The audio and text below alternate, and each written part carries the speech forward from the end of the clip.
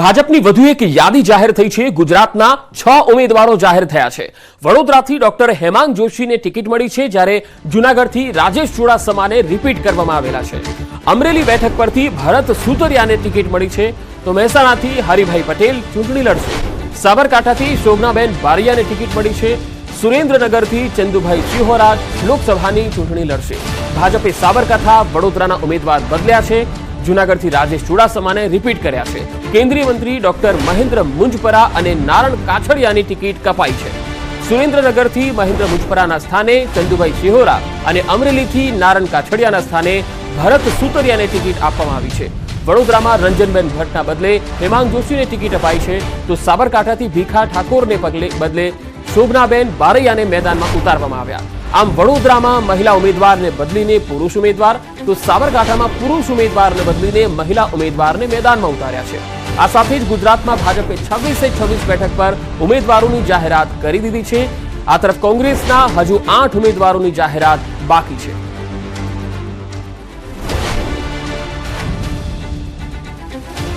બેને જે પ્રકારે અવિરત કાર્ય કરી અને વડોદરામાં વિકાસની સરવાણી કરી છે, જે પ્રકારે આપણી નેશનલ યુનિવર્સિટી વડોદરામાં આકાર પામી છે, ઇન્ટરનેશનલ એરપોર્ટ બનાવવાનો પાયો જે બેન દ્વારા નાખવામાં આવ્યો છે, આ તમામ કામને કારણે વડોદરાએ પણ માનનીય સાંસદ રંજનબેન ભટ્ટને હર હંમેશ યાદ કરવાના છે।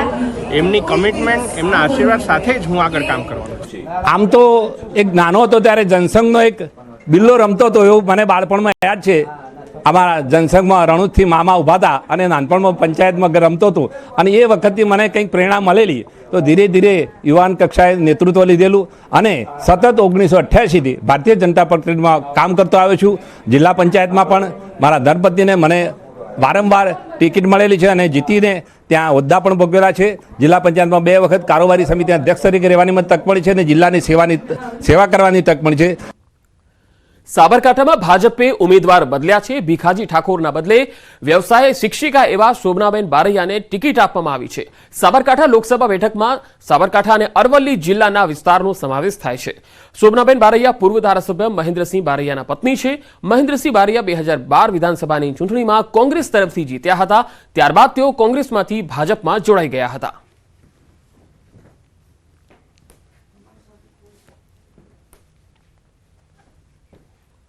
તો વડોદરામાં લોકસભાના ઉમેદવાર માટે જોવાતી રાહનો આખરે અંત આવી ગયો। પ્રથમવાર લોકસભાની ચૂંટણી માટે યુવા ઉમેદવારની પસંદગી થઈ છે।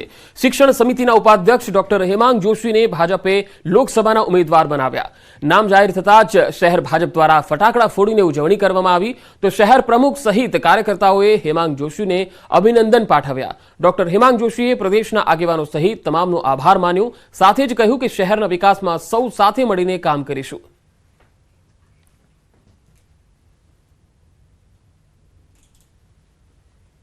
બેને જે પ્રકારે અવિરત કાર્ય કરી અને વડોદરામાં વિકાસની સરવાણી કરી છે, જે પ્રકારે આપણી નેશનલ યુનિવર્સિટી વડોદરામાં આકાર પામી છે, ઇન્ટરનેશનલ એરપોર્ટ બનાવવાનો પાયો જે બેન દ્વારા નાખવામાં આવ્યો છે।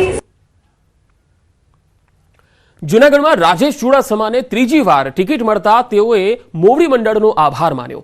ફરીવાર રિપીટ થતા તેમણે અંતઃકરણથી પીએમ મોદી, અમિત શાહ અને CR પાટીલ તથા અધ્યક્ષ JP નડ્ડાનો સહિત તમામનો આભાર માન્યો। તેમણે ભૈરવ દાદાના દર્શન કરી આશીર્વાદ લીધા, તો રાજેશ ચુડાસમાને ટિકિટ મળતા પરિવાર સહિત કાર્યકર્તાઓએ આતશબાજી કરીને ઉજવણી કરી હતી। ત્યારે આ વિસ્તારની જૂનાગઢ લોકસભાની વાત આવે તો 14માં પણ જુઓ કે છેલ્લે જ ડિક્લેર થઈ હતી, 19માં પણ છેલ્લે ડિક્લેર થઈ હતી અને 24માં પણ છેલ્લે જ ડિક્લેર થઈ। અને ખાસ કરીને જ્યારે કાર્યકર્તાઓનો જે ઉત્સાહ હતો એના ઉપર મને વિશ્વાસ હતો। ભગવાન સોમનાથ અને મા ભવાનીના આશીર્વાદ હંમેશા મારા તરફ રહ્યા। અમરેલી લોકસભા બેઠક પરથી ભરત સુતરિયા ઉમેદવાર તરીકે જાહેર થયા। પરિવાર સહિત સમર્થકોમાં ખુશીની લહેર છે।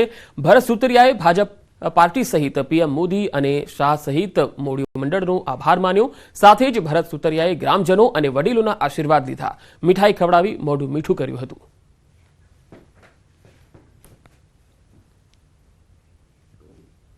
એક ખેડૂત પુત્રને સાવ ખેડૂતને ઘણાને ટિકિટ આપી છે, પણ સાવ નાના એવા ખેડૂતને ટિકિટ આપી એ બદલ પાર્ટીનો ખૂબ ખૂબ આભાર માનું છું। એક વિષય એવો છે કે હું તમામ ખેડૂતને પાણી મળે ને એ વિષય ઉપર હું લડવા માંગુ છું। સુરેન્દ્રનગરમાં ભાજપના લોકસભાના ઉમેદવાર તરીકે ચંદુભાઈ સિહોરાની પસંદગી થઈ છે.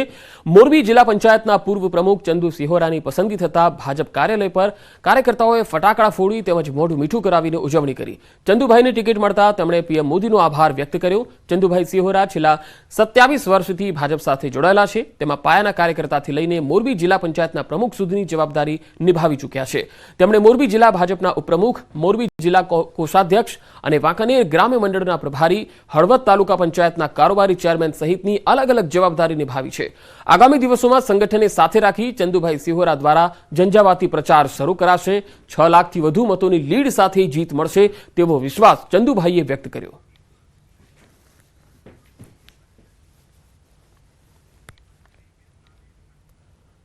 મહેસાણાથી હરિભાઈ પટેલને ભાજપે જાહેર કર્યા છે લોકસભા ચૂંટણી માટેના ઉમેદવાર. હરિભાઈ પટેલનું નામ જાહેર થતાં જ પરિવાર સહિત કાર્યાલય પર ખુશીનો માહોલ છે. પરિવારજનોએ મોઢું મીઠું કરાવી ઉજવણી કરી તો કાર્યાલય પર કાર્યકર્તાઓએ ફટાકડા ફોડીને ઉજવણી કરી. સાથે જ હરિભાઈએ વિકાસમાં સહભાગી થઈ કાર્ય કરવાની વાત પણ કરી હતી.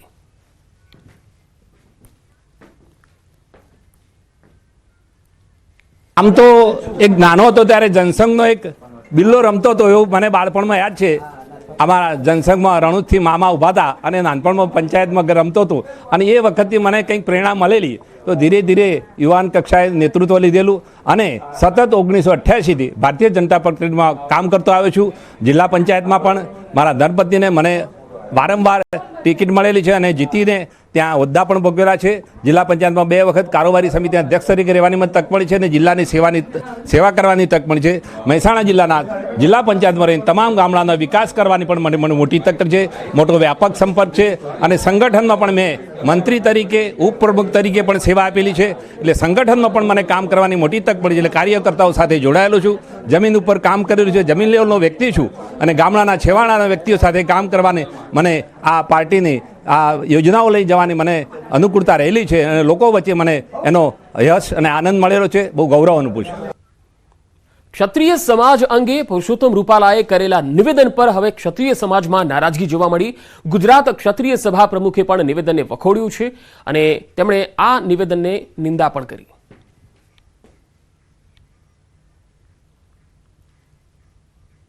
સમાજનો ઉજળો ઇતિહાસ છે. જે સમાજે આ દેશની એકતા, અખંડિતતા, સાર્વભૌમત્વ માટે પોતાના 562 રજવાડાઓ અને ગુજરાતના 225 રજવાડાઓ માં ભારતીના ચરણે અર્પણ કર્યા હોય અને જે સમાજનો ઉજળો ઇતિહાસ હોય આ બહોળો ક્ષત્રિય સમાજ સ્વીકારે છે કેમ, એ પણ એક પ્રશ્ન છે. વડોદરાના ભાજપ ઉમેદવાર રંજન ભટ્ટે ઉમેદવારી પરત ખેંચતા રાજકીય ગરમાવો જોવા મળ્યો હતો. વોર્ડ નંબર 12ના કાર્યકર્તા મનીષ ગોસ્વામીએ મંગળવાર સુધી ભૂખ હડતાળની જાહેરાત કરી દીધી. જોકે રંજનબેનની સમજાવટ બાદ મનીષભાઈએ પોતાનું નિવેદન પરત લેવાની વાત કરી. તેમણે કહ્યું કે હું રંજનબેનના નિવેદનથી સહમત છું. ભૂખ હડતાળ અને આત્મવિલોપન નહીં કરું. મહત્વનું છે કે મનીષ ગોસ્વામીએ ભાજપ મોવડી મંડળના 2 નેતા પર રંજનબેનની ટિકિટ કપાયાનો આરોપ મૂક્યો. તેમણે કહ્યું કે રંજનબેનની ટિકિટ કપાઈ તે અયોગ્ય છે. વડોદરા મોવડી મંડળ પર નિશાન તાકતા તેમણે કહ્યું કે લોકો દર 6 મહિને બ્લડ કેમ્પ કરી તગડી કમાણી પોતાના ખિસ્સામાં નાખે છે. મોવડી મંડળની તાનાશાહીના કારણે રંજનબેને ઉમેદવારી પરત ખેંચવી પડી. મોવડી મંડળને સામાન્ય કાર્યકર્તાની કોઈ કિંમત નથી. માત્ર ચૂંટણી સમયે તેમને કાર્યકર્તા યાદ આવે છે. જોકે રંજનબેનની સાથે મુલાકાત બાદ તેમણે પોતાનું નિવેદન પાછું ખેંચ્યું.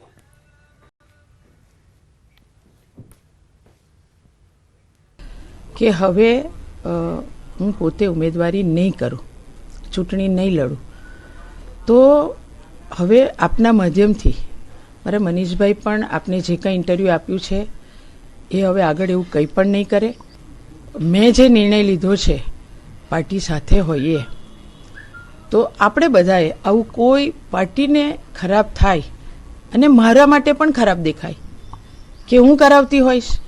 એટલે તમે બધા મારી સાથે જોડાયેલા છો. એટલે કોઈ કાર્યકર્તાએ કોઈ પાર્ટી વિરુદ્ધનું કંઈ જ સ્ટેટમેન્ટ નથી આપવાનું. બેને જે આગળ આપને જવાબ આપ્યો એ બેનના હું સમર્થનમાં છું.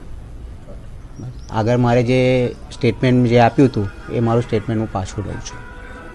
આગળના પાર્ટીના જે કાર્યક્રમો આગળના હશે એમાં અમે સહભાગી બની ખભે ખભે મિલાવીને કામ કરીશું.